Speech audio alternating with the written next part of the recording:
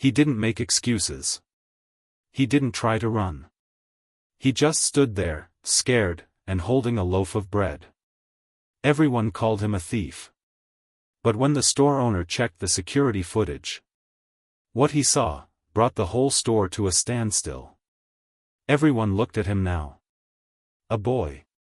No more than 15. Skinny. Hoodie too big for his frame. Laces undone. And eyes, wide, tired, and scared. "Put it down," the assistant manager barked, marching toward him from aisle 4. The boy didn't move. The loaf was already halfway into his backpack when the staff spotted him on the corner camera. That same staff member had yelled across the store like the kid was holding a gun, not bread. And now, they were all standing there. A circle of customers, 2 store employees, and a kid, still not saying a word. "Security's on the way," the assistant manager said again, louder this time, for the crowd to hear. She was in her 30s, tightly wound, and clearly enjoying the moment of power. "He was shoving things into his bag, I saw it myself." Someone in the crowd muttered, "Should have known." Another said, "Where are his parents?" The boy looked at no one. His head was low, but he wasn't crying. He looked like someone who had already imagined this exact scene 100 times in his head. Because it had happened before. A moment later, a heavy-set man in a worn flannel jacket stepped through the side office door. Mr. Braxton. He was the owner. And the reason the store had lasted in this town for 30 years. He didn't say a word right away. Just looked at the boy, then at the crowd. "Sir, we caught him trying to steal," the assistant manager said, breathless. "He stuffed this into his backpack." She held up the bread like a trophy. "I told you last month we needed stricter rules with." Braxton raised a hand. She stopped mid-sentence. He looked at the boy again. "Is that true?" The boy opened his mouth. Closed it. Then nodded. Still no tears. Still no begging. Mr. Braxton studied him. The kid's hoodie was oversized and had a small tear near the wrist. Shoes, scuffed and uneven. Backpack, zipper broken, barely hanging on. Braxton nodded once, slowly. Then turned to the assistant manager. "Take the bread. Put it on the counter," he said. "Then pull up the footage from the last 10 minutes. The crowd murmured. Someone whispered, "Why?" He admitted it. But Mr. Braxton didn't answer. He just walked calmly back to the side office. The assistant manager followed, shaking her head but obeying. The boy stayed where he was. Still not moving. Minutes passed. Some customers returned to their carts. Others lingered. Then the office door opened again. Mr. Braxton came out, his face unreadable. The assistant manager behind him looked different now. Not angry. Not victorious. Just quiet. Mr. Braxton walked to the boy. "You hungry?" The boy blinked. His voice, when it came, was almost too soft to hear. "Yeah." Mr. Braxton looked around at the people still watching. Then he raised his voice just enough. "You all saw what happened. But I want to tell you what you missed." The store went quiet again. He pointed to the screen above the front counter, the one showing the live security feed. The cameras caught him. But they also caught what he did before. He turned back to the boy. "You put the milk back." A pause. "You reached for it. Then you checked your pocket. Realized you didn't have enough. And put it back." Another pause. "You looked at the fruit. Checked a few bananas. Chose the cheapest one. Then put that back too." The boy's eyes stayed low. But a slight twitch in his jaw gave him away. Embarrassment. "You paced up and down that aisle 4 times, Braxton continued. You weren't stuffing your bag. You were deciding if you were going to go through with it. The assistant manager said nothing. Mr. Braxton turned to the customers still listening. He didn't grab cash. Didn't take medicine. Didn't steal electronics. He took a loaf of bread. One man folded his arms, uncomfortable. Another woman shifted her cart away slightly. Braxton looked back at the boy. "Where's your mom?" A long pause. "Sick," the boy finally said. "Home. We didn't have, she hasn't eaten since yesterday." Mr. Braxton nodded. No judgment in his face. Just something softer now. He walked over to the register, grabbed a brown paper bag, and started filling it. Bread. Peanut butter. A bottle of juice. Canned soup. One banana. Then he handed the bag to the boy. "Go home. Take care of her." The assistant manager's mouth opened slightly. "Sir, you can't just." "I can," Mr. Braxton said, firmly but quietly. "And I did." He turned back to the kid. "If you ever need food again, come ask. You don't have to steal." The boy took the bag slowly. Then looked up, finally, meeting the old man's eyes. "Thank you." Mr. Braxton nodded once. Then the boy turned and walked out. Not running. Not hiding. Just walking. Like someone who had been seen for the first time in a long time. No one spoke for a while. The beeping at the register resumed. People went back to their carts. But something was different now. And as Mr. Braxton returned to his office, he said to no one in particular. "Sometimes we think we're catching criminals. But all we're doing is failing neighbors." 3 blocks away, the boy walked with his eyes on the sidewalk. The paper bag crinkled softly in his arms, and the weight of it, though light, felt like everything. Not just food. Not just calories. But dignity. He didn't know the name of the old man who had helped him. Didn't ask. He had been ready for the worst, cuffed, cursed at, shamed in front of strangers. But what he got instead? He looked up at the cracked building ahead, worn by time and weather. Apartment 2C. The place he had called home since he was 9. He unlocked the door with a rusted key. Inside, it was dim, but clean. Quiet. On the couch, beneath 2 threadbare blankets, lay his mother. Mid-30s. Frail. A woman whose body had once moved with energy and whose laugh used to shake the walls. Now she barely stirred when he entered. "Ma," he whispered. "I got something." Her eyes fluttered open. "Marlon?" "Yeah." She smiled faintly. "You okay?" He nodded, placing the bag on the small folding table by the window. "I brought food."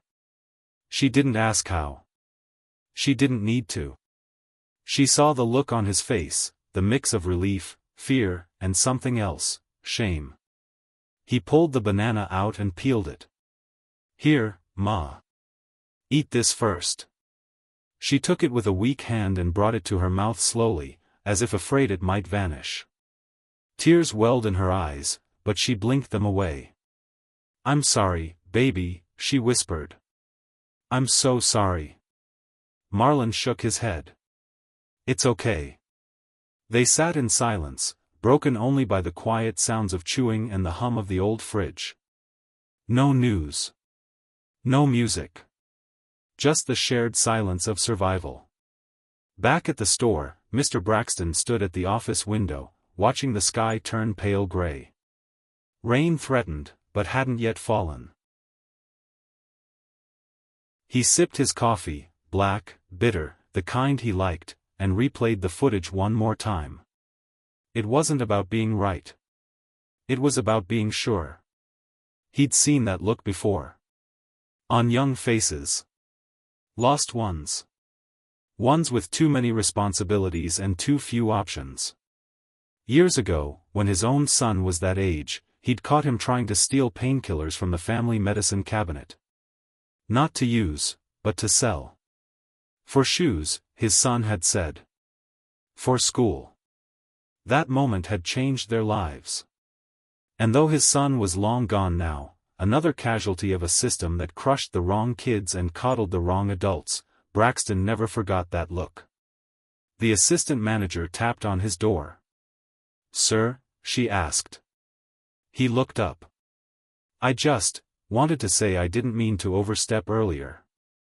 Braxton leaned back in his chair. "You were doing what you thought was right." "I thought he was stealing." "He was," Braxton said calmly. "But there's a difference between stealing out of greed, and stealing out of need." She shifted awkwardly. "But if we let people go every time they say they're hungry." "We didn't let him go," Braxton interrupted. "We saw him. We chose what to do with that." She nodded. Then hesitated. "Do you think he'll come back?" "I hope so," Braxton said. "Because if he doesn't, it means we failed again." She didn't fully understand what he meant. But she nodded anyway and left. Later that evening, as the sun dipped behind the rooftops, a knock came at the apartment door. Marlon froze. His mother stirred. "Who is it?" He peered through the cracked peephole. A man stood there. Tall. Older. Same flannel jacket. It was him. Marlon opened the door slowly. "I hope I didn't scare you," Mr. Braxton said gently. "No, sir," Marlon replied, eyes wide. "I didn't think." "I asked around," Braxton said, raising a small canvas bag. "Brought you some groceries. If that's all right." Marlon stepped aside wordlessly. Inside, Braxton took in the room. Sparse. Clean. Quiet. He looked at the boy's mother and offered a soft smile. "Ma'am. I met your son today.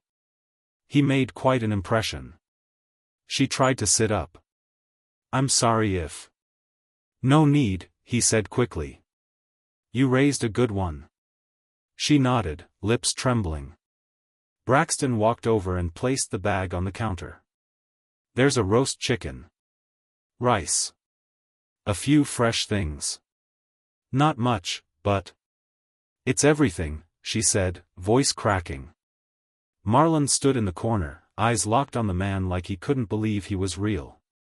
Braxton turned to him. "What's your name, son?" "Marlon." "Well, Marlon. I came to say thank you." The boy blinked. "Me?" Braxton nodded. "Yeah. Because most folks wouldn't have put the milk back. Most wouldn't have hesitated." Marlon swallowed hard. "I didn't want to steal.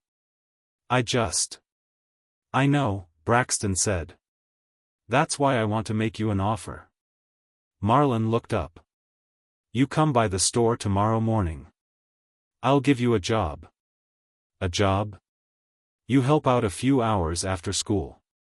Clean up. Stock shelves. I'll pay cash, under the table for now. We'll get the paperwork later." Marlon didn't speak. His eyes were wet. "And if you're hungry," Braxton added, "you take something home. No questions." Marlon nodded quickly, trying not to let the tears spill. Braxton looked at the mother. "With your permission, of course." She covered her mouth with one hand and nodded, eyes glistening. "Thank you," she whispered. "No need," Braxton said. "We look out for each other. That's what communities do." He turned to leave. At the door, he paused. "Oh, and one more thing." Marlon looked up. "If you're ever in a spot again, don't choose silence. Knock on a door. Mine's always open." Marlon nodded slowly. "Good night, son." And with that, Mr. Braxton stepped out into the hallway, disappearing into the fading light. Marlon stood there a long time after the door closed. And for the first time in a very long time, he let himself believe that maybe, just maybe, the world wasn't always cruel. The next morning, the store smelled like fresh bread and lemons. A new shipment of produce had just arrived, and the automatic doors hissed open and shut as customers trickled in, one by one. Mr. Braxton stood behind the counter, glancing at the clock. It was 7:58 a.m. 2 minutes before opening. Then, right on cue, the door opened once more, and Marlon stepped in. His hoodie was still oversized, but it looked washed. Hair combed. Eyes alert, if nervous. Braxton smiled to himself. "You're on time," he said, motioning toward the back. "Let's get you a name tag." Marlon followed, walking stiffly like he wasn't sure if it was real. "You'll start with the basics," Braxton explained. "Stocking shelves. Breaking down boxes. Cleaning coolers." Marlon nodded quickly. They reached a narrow hallway where a small supply closet stood. Inside, Braxton pulled out a red apron and a plastic name badge. "Marlon," he said, clipping it on for him. "Looks good on you." Marlon looked down at the badge, then back at Braxton. "Thank you, again." Braxton paused. "Don't thank me yet. It's work. Real work. You'll earn every dollar." "I want to." That answer came without hesitation. And it made Braxton smile a little deeper. The morning passed slowly. Marlon moved carefully through the aisles, checking labels, straightening boxes, wiping the freezer glass. Customers passed by without noticing him. He liked it that way. Invisible was safe. But one older woman, silver curls, church shoes, grocery list in hand, stopped in front of him. "You knew?" she asked, squinting. "Yes, ma'am." She smiled. "Well, bless you for working. Kids your age these days." She trailed off, shaking her head but patting his arm as she walked away. Marlon blinked. That was the first time someone had touched him kindly in days. He returned to the shelves, fingers moving a little faster now. At noon, Braxton handed him a sandwich and a can of orange soda. "No charge," he said. "Break time." Marlon hesitated. "Can I take it home?" Braxton looked at him for a moment. "You want to bring it to your mom?" Marlon nodded. Braxton reached under the counter and pulled out another sandwich. "Here. Take one for her too." Marlon held the sandwiches like they were made of gold. "I'll be back in 30, he promised. "You've got 40, Braxton said. "Use, M." Back at home, his mother sat by the window, thin hands wrapped around a mug of warm tea. She lit up when she saw him. "You look like someone's employee," she teased. He smiled for the first time in days. "I am."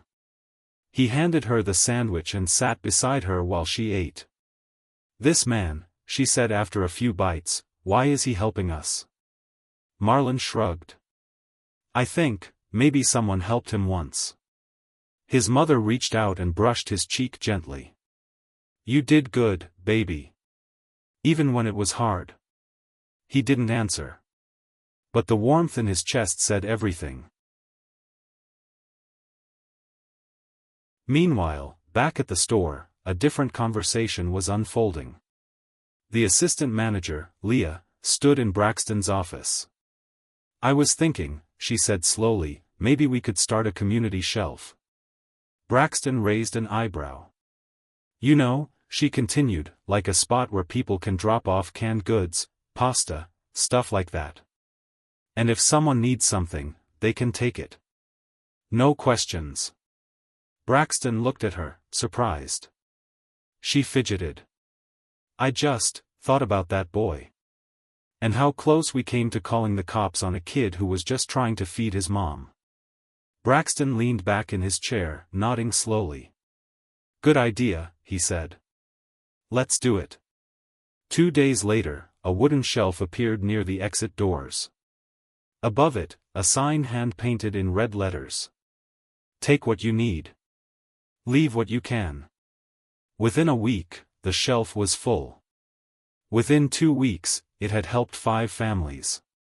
No announcements. No campaigns. Just quiet dignity exchanged in cans of soup and bags of rice. And Marlon? He showed up every morning. He worked without complaint. Always asked if there was more to do. And always left with something small for home, but only what he needed. Customers started noticing him. Some asked for his help. Some gave him quiet nods. One woman handed him a bag of fresh socks and said, "I had a son your age. He would have liked you." He nearly cried in aisle 7. One afternoon, 3 weeks after he started, Marlon was stocking canned beans when a commotion erupted near the registers. A customer, mid-40s, blazer, Bluetooth headset, was yelling at Leah. "This is ridiculous," the man barked. "I saw him put something in his pocket." Marlon looked up. The man was pointing at a small girl, maybe 7, clutching a granola bar in one hand and her mother's skirt in the other. "I'm telling you, she stole it." The mother, in scrubs, her badge reading RN, Mercy Hospital, looked mortified. "She's hungry," she whispered. "I told her not to eat it yet." Leah was frozen. Marlon stepped forward, heartbeat loud. Braxton arrived a moment later, eyes taking in the scene. The girl was crying now. Her mom looked ready to collapse. Braxton didn't raise his voice. He turned to the girl. "You like granola bars?" She sniffled and nodded. He knelt. "Next time, tell your mom first. Deal?" She nodded again. Then he turned to the man in the blazer. "Sir, you're free to shop elsewhere if you don't like how we handle things here." The man huffed, muttered something about soft policies, and stormed out. The girl and her mom left with their groceries, no charge. Leah exhaled. That could have gone sideways. Braxton nodded. "That's why we build shelves. And not just the wooden kind." Marlon stood frozen. Not because of the scene.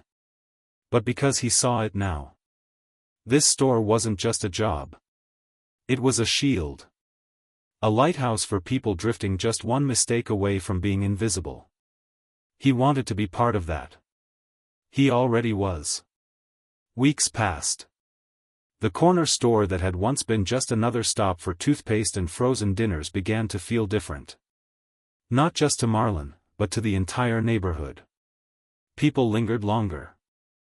They brought extra cans just to leave them on the community shelf. They asked for Mr. Braxton by name. They noticed Marlon, not as that kid, but as someone who belonged. The small shifts built into something bigger. Every day, after school, Marlon changed into his red apron.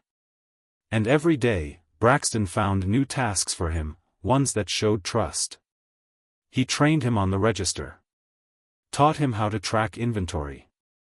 Even showed him the books once, the real numbers. Marlon stared at the spreadsheet like it was a different language. "You trust me with this?" Braxton didn't hesitate. "Why wouldn't I?" Marlon didn't answer. But he sat straighter. And Braxton saw it, that flicker of pride a boy carries when a man believes in him. One Thursday afternoon, the city inspector dropped by unannounced. Gray suit, clipboard, the kind of energy that made everyone stand 2 inches straighter. Braxton greeted him with a tight smile. "Afternoon, Mr. Levon." The inspector didn't smile back. "Routine check." Leah, now more confident and present than ever, nodded. "We're ready." Marlon stepped aside as the man made his way through the aisles, eyes scanning like a hawk. He opened cooler doors, tugged at shelf brackets, ran a gloved hand over the deli counter. Then he stopped at the community shelf. "What's this?" he asked sharply. Braxton walked over. "That's our give-and-take shelf. For folks who need it." The inspector frowned. This wasn't on the last report. "It wasn't here then," Braxton replied. "You got permits to distribute food from non-commercial sources?" "It's sealed goods," Braxton said calmly. "All non-expired. We check daily." Still, the inspector scribbled something on his pad. Marlon watched from the side, fists clenched. He didn't understand why someone would have a problem with feeding hungry people. Before he could stop himself, he stepped forward. "Sir, I check it every day. Nothing bad ever goes on that shelf." The inspector turned, surprised. "You work here?" "Yes, sir." "For how long?" "Almost 2 months." The man narrowed his eyes. "You a minor?" "Yes." Braxton stepped in. "He's under supervision. And he's an asset to this store." Marlon held his ground. The inspector jotted more notes, sighed, and said, "Fine. Just make sure it's documented. Liability matters." Then he walked out without saying goodbye. Marlon deflated a little. Braxton clapped a hand on his shoulder. "That's how some people are. It doesn't mean what you're doing isn't right." Leah nodded from the register. "You handled it better than I did my first inspection." Marlon gave a small grin. Because inside, he knew what mattered more than any clipboard. People were eating. Kids were smiling. And every day, he was helping make that happen. Later that night, as the sky turned pink and soft, Marlon sat outside on the store's back steps. His shift was over, but he didn't want to go yet. Braxton joined him, carrying 2 cold sodas. "You earned this." "Thanks." They sat in silence for a moment, watching a stray cat walk along the fence. Braxton finally spoke. "You ever think about what you want to be?" Marlon blinked. "I mean, sometimes. You're good with numbers. Good with people. That's rare. I guess. You could run a store someday," Braxton said casually. Marlon scoffed. "Yeah, right." Braxton looked at him, serious. "Why not? No one's ever said that to me before." "Well," Braxton said, taking a sip, "I just did." Marlon stared at him. That single sentence landed deeper than he expected. Because it wasn't empty praise. It came from a man who watched him work, who had no reason to lie. And in that moment, a seed planted. Not a dream. Not yet. But something like a beginning. The next morning, something strange happened. A tall man in a fitted trench coat walked into the store. Polished shoes. Smooth stride. The kind of presence that turned heads. He didn't pick up a basket. Didn't look at the shelves. He walked straight to the counter and asked, "Is this Mr. Braxton's store?" Leah nodded, a bit unsure. "Yes, sir." Marlon was just coming out of the stockroom. He froze when he saw the man. The stranger turned to him. "You Marlon?" Marlon blinked. "Why yes, sir." The man extended a hand. "Name's Desmond Cole. I'm with the city's Department of Youth Engagement." Marlon didn't know what to say. He shook the man's hand slowly. Braxton came from the back, drying his hands on a towel. "Mr. Cole. Wasn't expecting you." Cole smiled. "Got your letter." Marlon looked between them, confused. Braxton put a hand on his shoulder. "I told them about you." "Me?" Cole nodded. "Your name's now on the shortlist for the city's Young Achievers Mentorship Program. If you're interested." Leah's mouth dropped slightly. Even the few customers inside turned to listen. Marlon could barely find his voice. I don't understand. Braxton chuckled. You showed up. You worked hard. You cared. That's the only resume they need. Cole handed him a brochure. If you're in, we start next month. Marlon stared at it like it was a golden ticket. His mom, his street, the shelves, all of it flashed through his mind. He nodded slowly. I'm in. That evening, when he told his mother, she didn't speak for a long moment. Then she began to cry.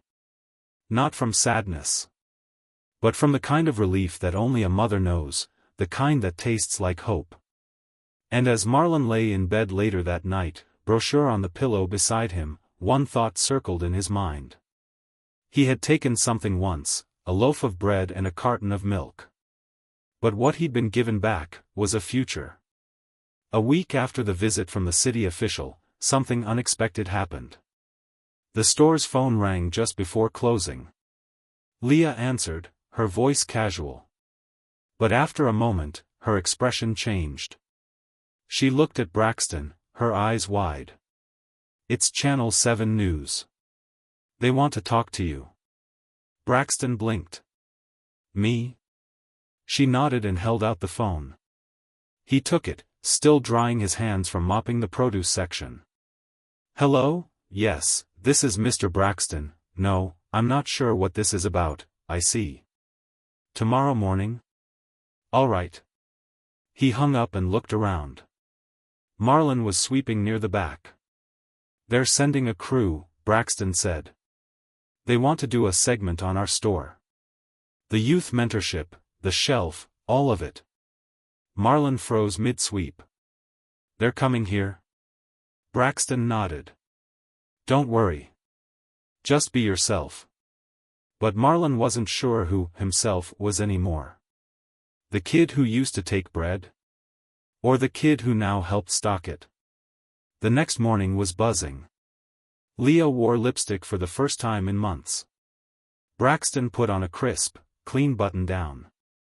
Even the shelves gleamed under the lights, like they knew something big was coming. Marlon stood by the cooler, red apron snug, fingers fidgeting.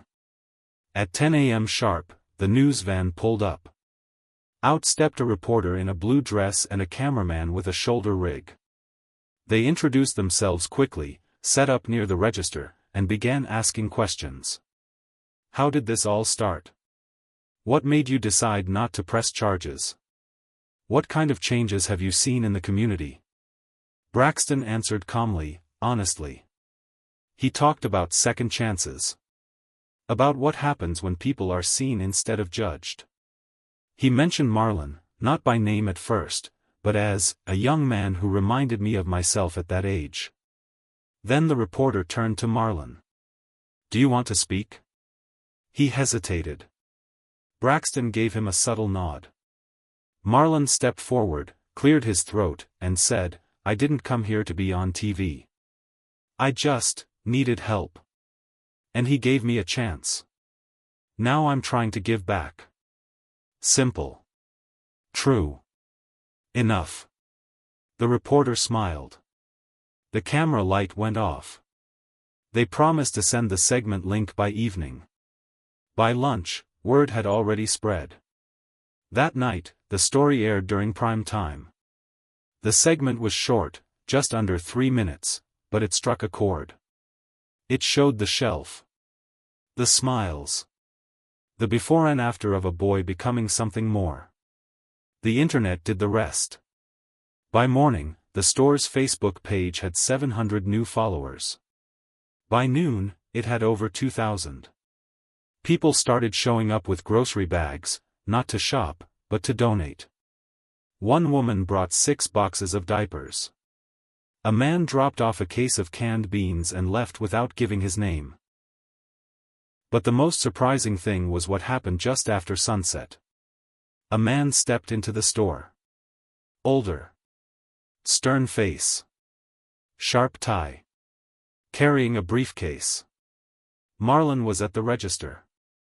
The man looked directly at him and said, I'm looking for the young man in your story. Marlon hesitated. That's me. The man extended a business card. I'm Mr. Albright. I run a youth scholarship foundation. I'd like to discuss your future. Marlon blinked. I'm just working right now. Albright smiled. That's exactly why I'm here. Later that evening, as the last customer left and the lights dimmed, Braxton locked the door and turned to Marlon. Feel like it's all moving too fast? Marlon nodded. I don't know how to think about it. A few months ago, I was scared just walking in here. Braxton nodded. You think I opened this store because I love retail? Marlon tilted his head. I opened it because I was once a kid like you. Got caught stealing from a corner store. Owner didn't press charges, instead, he gave me a job. Marlon stared. Seriously? Braxton nodded. Taught me everything. Didn't ask questions about my life. Just gave me a key and said, don't lose it. He chuckled. I lost it 3 times. They both laughed. But I never forgot what that store meant, Braxton said. So I opened this one. To pass it on. Marlon's voice was quiet. You think I could do that one day? Not think, Braxton said. I know. The next day, a letter arrived at the store. Handwritten. No return address. Inside was a simple note. I saw your story. I used to be hungry too. Thank you for reminding me what kindness looks like. Please use this to help more kids. Taped to the note was a $1,000 check. Leah cried when she saw it. Braxton didn't say much. He just looked at Marlon and said, we'll build a second shelf. Marlon smiled. On Sunday, the store closed early. For the first time in years, Braxton locked the doors before dark, not because of crime, but because something better was happening inside. He and Leah stood near the community shelf with Marlon, who now had his own key on a silver ring. Braxton handed him a clipboard. Inventory, he said. Start counting. Marlon grinned. Yes, boss. They counted everything. Sorted every can. Folded every box. And as they worked, something became clear. This wasn't just a corner store anymore. It was a home base. A second chance factory. A place where people weren't measured by what they wore or what they could pay, but by the weight of their effort and the honesty of their hands. And Marlon? He was no longer just a kid who once stole. He was someone who showed up. Who gave back. Who earned his place. Not with luck. But with character.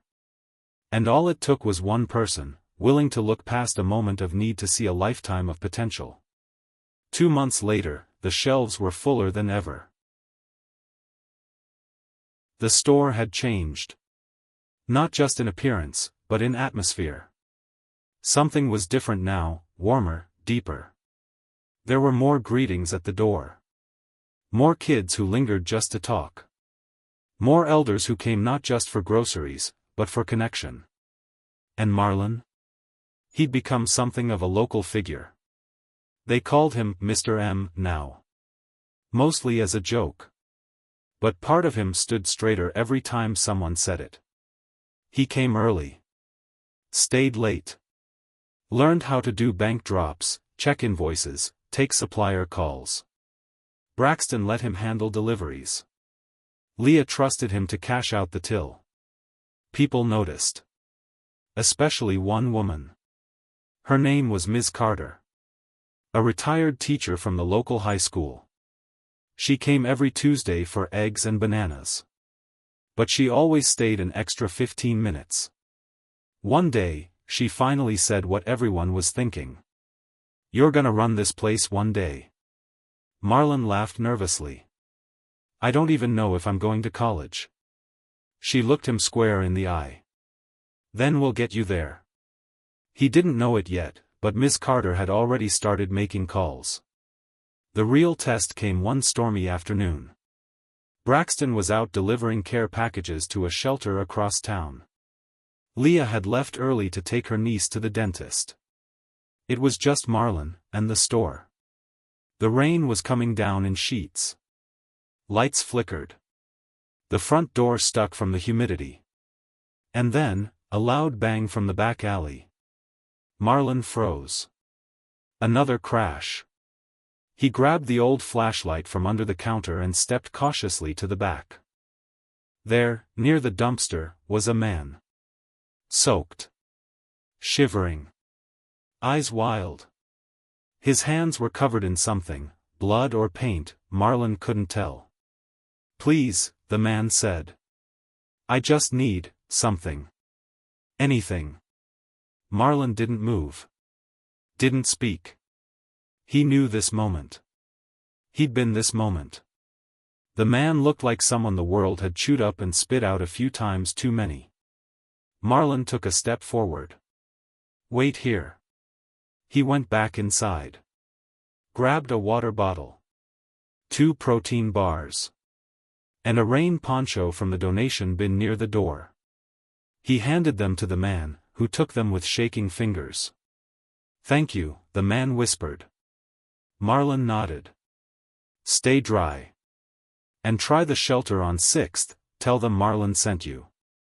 The man looked at him like he'd just seen a miracle.